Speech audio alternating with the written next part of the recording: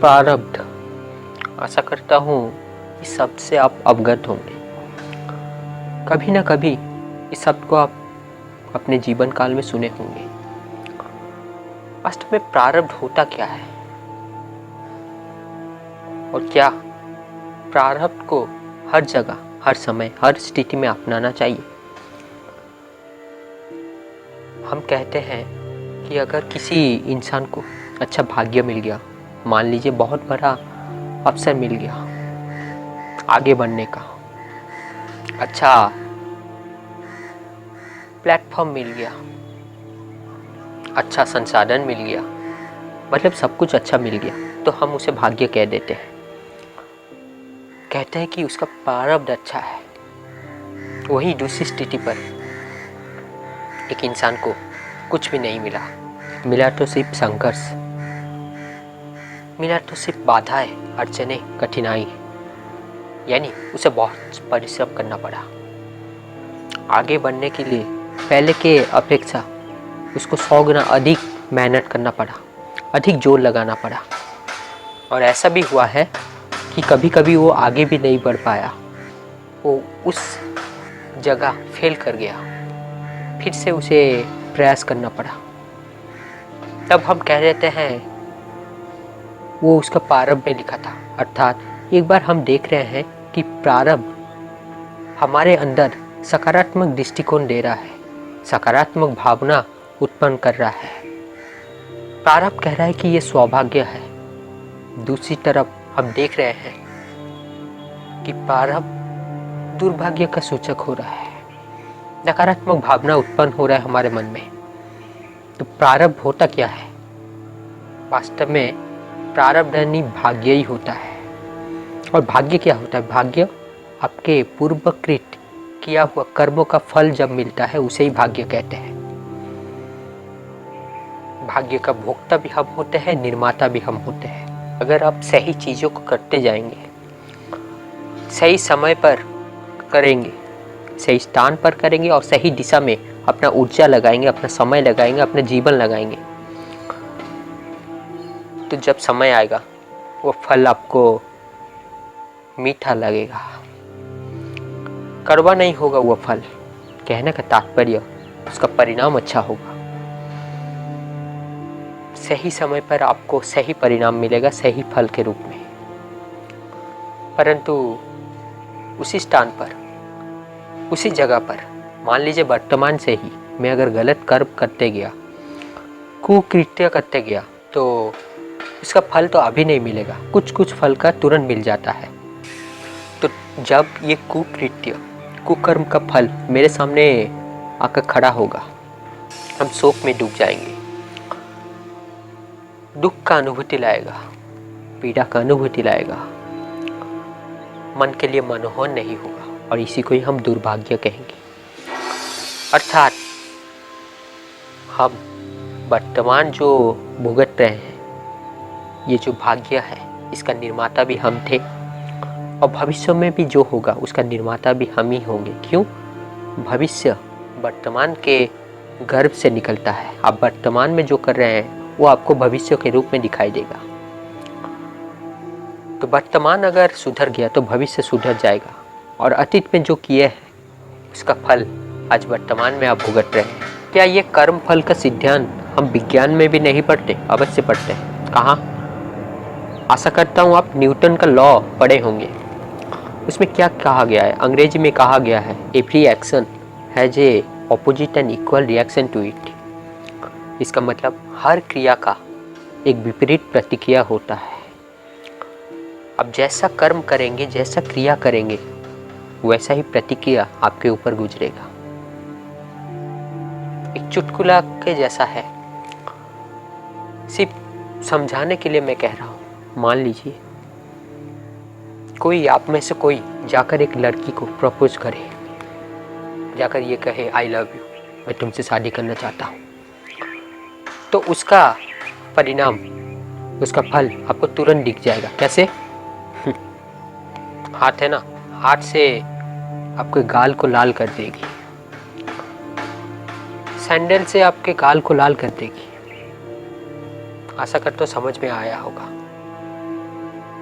Joke के जैसा था लेकिन समझने के लिए कारगर था, इसीलिए मैंने ये कह दिया। तो जो हम किए हैं उसे तो बदल नहीं सकते, परंतु जो आज कर रहे हैं उसे अवश्य बदल सकते हैं ताकि सुंदर भविष्य हो सके। दूसरी ओर क्या जो हम किए हैं उसका फल स्थितियां, परिस्थितियां, व्यक्तियों के रूप में आएगा, दुख सुख के रूप में आएगा, तो हम उस स्थिति में, उस परिस्थिति में कैसा रिएक्शन रखते हैं ये महत्वपूर्ण रखता है। कैसा प्रतिक्रिया करते हैं वो महत्वपूर्ण होता है, क्योंकि ना इवेंट में कुछ नहीं रखता, क्योंकि ना इवेंट में यानी कार्यक्रम में, कोई भी परिस्थिति में कोई निखर जाता है तो कोई बिखर जाता है। कोई उस परिस्थिति से क्या प्रेरणा जुटा लेता है, एक प्रेरणादायक कहानी लिख डालता है, इतिहास लिख डालता है, अपने कर्म के माध्यम से, अपने बुद्धि के माध्यम से, अपने चेतना के स्तर के माध्यम से, अपने निर्णय के माध्यम से। परंतु कोई वहाँ पर उस संघर्ष को, उस कठिन परिस्थिति को देखकर हताश होकर गिर जाता है, ठीक ना, वो निखरने के स्थान पर बिखर जाता है। तो इवेंट कैसा होगा, परिस्थिति कैसा होगा, अगर सही हुआ तो कोई बात नहीं, अगर गलत हुआ मतलब जो साधारण स्तर पे नहीं होना चाहिए, जो थोड़ा असामान्य है, थोड़ा कठिन है, तो वहाँ पर हमारा प्रतिक्रिया क्या होता है ये महत्वपूर्ण होता है। और वास्तव में थोड़ा और अधिक गहरा जाए तो ये समझिएगा कि पशु पूर्णतः प्राकृतिक होते हैं, वो हर एक्शन के लिए रिएक्शन दे देते हैं, परंतु मनुष्य वो होता है जो रिएक्शन नहीं, जो रिस्पॉन्स देता है। अगर आप रिएक्शन दिए यानी कुछ भी क्रिया हुआ तुरंत ही आप जवाब दे दिए, तुरंत ही जो मन में आया वो कर लिए, तो 90 से 100% चांसेस है कि आप गलत होंगे, आप सही नहीं कर रहे होंगे। लेकिन अगर आप थोड़ा समय लिए, विवेक की सहायता लिए, बुद्धि का सहायता लिए, ज्ञान का सहायता लिए, तब जाकर उस स्थिति का हाल निकाले, समाधान निकाले, तब आप जो प्रतिक्रिया देंगे, जो करेंगे उसे रिस्पॉन्स कहा जाता है। वो साधारण स्तर पर अच्छा होता है, सही होता है। तो जो प्रारब्ध का बात मैं कह रहा था, तो क्या प्रारब्ध को ही सब कुछ मान लेना चाहिए? ये मान लेना चाहिए कि यही मेरा प्रारब्ध था और कुछ नहीं करूं, इसी को ही भोगते रहूं? नहीं, जो आप किए हैं वो तो आपके सामने जरूर उपस्थित होगा, जरूर आपके सामने आएगा। अगर अच्छे किए होंगे तो अच्छे परिस्थिति के रूप में आएगा, अच्छे व्यक्ति के रूप में आएगा, माध्यम कुछ भी हो। और अगर गलत किए होंगे, कुकृत्य किए होंगे, तो और कहने की ज़रूरत नहीं, आशा करता हूँ आप जान पा रहे होंगे क्या हुआ होगा हाल। परंतु क्या करना चाहिए, इसके लिए और एक शब्द है, वो है पुरुषार्थ। क्या जानते हैं कहाँ पर पुरुषार्थ करना चाहिए? या फिर यूं कहिए, मनुष्य जीवन का चतुर्थ पुरुषार्थ क्या है, यानी 4 पुरुषार्थ, वो है धर्म, अर्थ, काम और मोक्ष। पुरुषार्थ यानी श्रम करना, परिश्रम करना, इसके लिए अपना ऊर्जा देना पड़ता है, समय देना पड़ता है, तभी जाकर वो आपको हासिल होता है। हाँ, धर्म भी एक प्रकार का पुरुषार्थ है, अर्थ भी, काम भी और मोक्ष भी। और विचित्र बात यह है, कुछ लोग कहते हैं कि काम बुरा होता है, अर्थ बुरा होता है। नहीं, बुरा नहीं होता, तो फिर ये 4 पुरुषार्थ में रखा क्यों गया है और इसके लिए पुरुषार्थ करने के लिए कहा क्यों गया है? वास्तव में आध्यात्मिकता मतलब ये नहीं कि आप किसी चीज़ का मालिक नहीं। आध्यात्मिकता का मतलब ये है आप सबका मालिक बनिए, परंतु ये ध्यान में रखिए कि कोई आपका मालिक ना बन सके, यानी आप किसी से आसक्त मत होइए। भोक्ता भाव से नहीं, त्याग पूर्वक भोग कीजिए। संसाधन मानिए उन्हें अपने लक्ष्य तक जाने के लिए। आशा करता हूँ समझ पा रहे होंगे।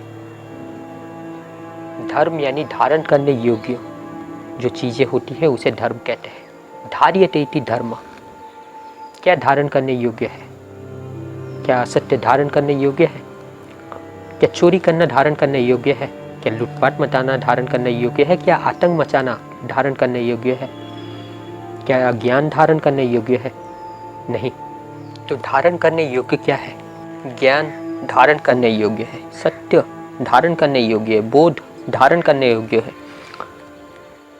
चिंतन में विचार में विवेक दिखना ये धारण करने योग्य है, सदाचार धारण करने योग्य है। क्या मैं सही नहीं कह रहा हूँ दोस्तों? तो इसी को ही धर्म कहते हैं।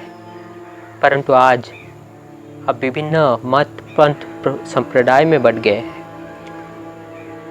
कोई एक बहु समुदाय के लोग मिलकर एक तरह का विश्वास बना लेते हैं, एक तरह का पूजा पद्धति बना लेते हैं और उसको कहते हैं धर्म। परंतु आपने वास्तविक धर्म क्या है उसे तो जाना ही नहीं। और दूसरी स्तर पर आता है अर्थ। याद रखिए धर्म सबसे पहले होता है। इसीलिए तो पहले जब एक शिशु जन्म लेता है, वो बड़ा होता है तो उसे पढ़ाई के लिए पहला कदम लिया जाता है, वो धर्म है। क्यों? ज्ञान शिक्षा धारण करने योग्य है। और वो ज्ञान वो शिक्षा पाने के लिए उसे परिश्रम करना पड़ता है, श्रम करना पड़ता है, अपना जीवन का ऊर्जा, जीवन का समय कुछ समय वहाँ पर देना पड़ता है, तभी जाकर उसे शिक्षा मिल सकता है। क्या मैं सही नहीं कह रहा हूँ दोस्तों? दूसरा अर्थ। अगर अर्थ नहीं होगा क्या जीवन जी पाएंगे हम? नहीं। इस संसार में रहना है तो धन आवश्यकता नहीं, अनिवार्यता है। परंतु ये याद रखना चाहिए कि धन हमारा मालिक ना हो। हम धन के मालिक तो हों, धन हमारे बस में हो, हम धन के बस में नहीं हो जाए और धन को मालिक के स्थान पर नहीं बैठा है, धन के लिए काम नहीं करे।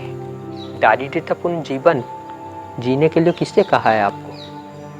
लेकिन अर्थ के लिए पुरुषार्थ करना पड़ेगा। सही रास्ते में पुरुषार्थ करके अर्थ कमाना है। गलत रास्ते में शॉर्टकट तरीके से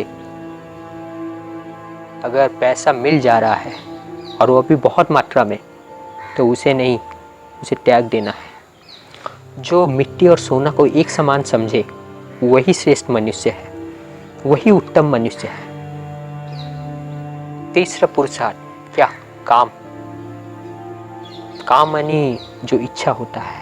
मनुष्य जीवन मिला है, इंद्रिय मिला है, तो थोड़ा बहुत तो इच्छा रहेगा कि अच्छा घर मिले, अच्छा बंगलो हो, अच्छा परिवार हो, अच्छा पत्नी हो, अच्छा बच्चे हो, अच्छा संसार हो, मेरे पास एक कार हो, एक गाड़ी हो, एक वाहन हो, अच्छा वस्त्र हो। ये सब रहना गलत नहीं, रहना चाहिए सबके पास। क्यों हम गरीबी में जिए, क्यों हम दारिद्र्यता में जिए? परंतु इसके लिए अपना श्रम, अपना पुरुषार्थ लगाना चाहिए सही रास्ते में, मतलब नैतिकपूर्ण रास्ते में रहकर धर्म के मार्ग में पैसा कमाकर काम इच्छा पूर्ण करना चाहिए। और दूसरा चीज फिर से वही कहूँगा कि काम आपके बस में रहे। आप काम भावना, काम इच्छा के बस में नहीं हो जाए। मुझे सही उच्च शिक्षा मिले, ये भी तो काम है ना। तो क्या ये बुराई हुआ? नहीं। वास्तव में जिसका अंतःकरण जैसा होता है वो उसी तरह का इच्छा करता है। दूषित अंतःकरण, मलिन मन कभी भी सही उच्चतम चीजें नहीं इच्छा कर सकता। क्या आप चोर से ये आशा रख सकते हैं कि वो ये क्रिया करे, कि वो दान अपने पास जितना भी आय है 20% या 30% दान में दे दे? नहीं। परंतु एक सच्चा मनुष्य से आप ये अवश्य आशा कर सकते हैं, वरन इससे ज़्यादा भी आशा कर सकते हैं। और चौथा जो सबसे बहुमूल्य है, अंतिम है, लक्ष्य है, वो है मोक्ष, आत्मज्ञान को प्राप्त करना, स्वयं को जानना। ये संसार अंधकारमय है और अंधकार में सिर्फ ज्योति ही है जो हमें आगे ले जा सकती है। आत्मज्ञान वो प्रकाश है, वो सूर्य है, वो ज्योति है जो हमें आगे बढ़ने के लिए सहायक नहीं बरंग अपने हृदय में बसकर सभी बाधाओं से हमें छुड़ा ले जाती है। आत्मज्ञान मिल गया तो सब कुछ मिल गया। आत्मज्ञान भीतर आनंद देता है, संतुष्ट देता है, चाहे बाहर कितना भी लड़ाई हो रहा हो, कैसी भी स्थिति हो। एक जागृत मनुष्य आप किसे कहते हैं? वही ना जिसे आत्मज्ञान मिल गया हो, जो ये संसार के व्यर्थता को जान गया हो, उसके साथ साथ संसार का उपयोगिता को भी जाना है। संसार व्यर्थ भी है परंतु उपयोगी भी है, और किस क्षेत्र में कहाँ व्यर्थ है तथा किस प्रकार उपयोगी है, इसी पे तत्वज्ञानी ही कह सकता है, और उसका जीवन सदा ही उच्चतम होता है। जब भी कभी भी दुविधा हो, जीवन के लिए कोई भी मार्गदर्शन चाहिए होगा, कोई भी समाधान चाहिए होगा, तो तत्वज्ञानी का सहारा लेना चाहिए, ना कि ये कि हमारे परिवार सदस्य ये है, ये बड़े हैं इसीलिए। नहीं, बड़े होने से कुछ नहीं होता, वो तत्व रहना चाहिए, वो गुरु का तत्व रहना चाहिए, वो बोध होना चाहिए। चाहे आयु में कम क्यों ना हो, लेकिन अगर उसके पास उस तरह का बोध, ज्ञान, विवेक है तो अवश्य उससे हम वार्तालाप करेंगे। तो इसलिए हमें पुरुषार्थ करना पड़ेगा ये 4 चीज़ों के लिए, धर्म, अर्थ, काम और मोक्ष। जैसा हमारा प्रारब्ध होगा उसी के अनुसार हमें मिल जाएगा, या फिर आज जो कर रहे हैं इसका फल भविष्य में दिखाई देगा। आलस्य नहीं करना, पुरुषार्थ करना है। तो आशा करता हूँ समझ में आया होगा कि प्रारब्ध का मतलब क्या है और कहाँ प्रारब्ध को आजमाना चाहिए और कहाँ नहीं। प्रारब्ध को आजमाना चाहिए, या फिर कहें आप ये जान सके हैं कि प्रारब्ध मतलब जो मैं किया हूँ वो मुझे मिला है।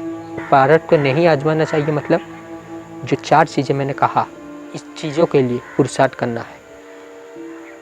मुझे अपने कर्म पर ध्यान देना है, अपने ऊपर ध्यान देना है कि मैं कोई भी गलत कार्य ना करूं, गलत कदम ना उठाऊं, अपना विचार, अपना आचार, सब कुछ पवित्र रखूं। तो धर्म के रास्ता में, सत्य के राह में आगे बढ़ते रहिए। अपना ज्ञान, विवेक और बोध की सहायता से इस संसार के अंधविश्वास को, कुरीतियों को, कुप्रथा, कुमान्यता को काटना ही हमारा धर्म बन जाता है। जहाँ सत्य बढ़ेगा, न्याय बढ़ेगा, धर्म बढ़ेगा, यानी असत्य घट रहा है, अन्याय घट रहा है, अधर्म घट रहा है, वही राम राज्य है, और वही सदा समृद्धि होता है। मनुष्य का प्रगति, मनुष्य का उच्चतम शिखर है चेतना के स्तर पर। ऐसी शिक्षा व्यवस्था हो जाना चाहिए जहाँ मनुष्य अपने उच्चतम शिखर, उच्चतम चेतना को प्राप्त कर ले। तो प्रारब्ध का खेल आशा करता हूँ समझ में आया होगा।